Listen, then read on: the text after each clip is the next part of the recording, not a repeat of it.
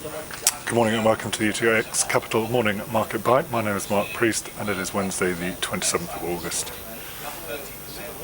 Another day, another record in the States. Dow closing up 30, above the 17,100 level for the first time. FTSE closing up 47 and the S&P cash closing above 2,000 again for the first time ever. The reasons for this were twofold really. First was the hope that the ECB would carry out further stimulus, and also there were peace talks between the Russians and the Ukrainians, and hopefully that will put an end to the turmoil that we've seen over in that region, which is one of the reasons why the markets have been pretty volatile for the last month, 6 weeks or so. Everything looking pretty positive for the bourses, and as a result, we're seeing these record closing levels in the US market. German markets are still pretty weak in comparison. They haven't got back up anywhere near the 10,100 level, which they did a couple of months ago. Again, until the Ukrainian issue is resolved. And also they've had a succession of pretty weak numbers coming out.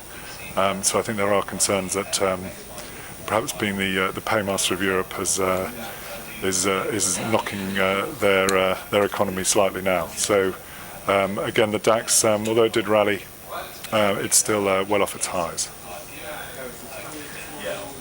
Figures today, pretty quiet day on the economic front. 7:45 we've got French business climate. 9 o'clock we've got Italian consumer confidence, and then the only thing out of the States is midday today is the US mortgage index. So again, nothing really of any consequence. On the currency front, again we're still seeing the dollar pretty strong. Again on the back of the fact that we heard from Janet Yellen that perhaps we might see interest rate rises at the beginning of next year. Cable trading around the 165.5. Euro against the dollar, again pretty weak, still around the 131.70 level, and sterling euro at around the 125.60 level.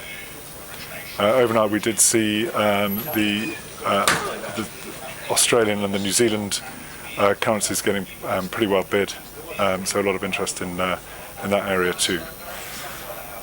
Again, so I think the day is going to be played out with views of ECB stimulus, and again all eyes on what's going to happen with the talks over in Ukraine. So I hope you have a good day's trading. Thanks very much for listening.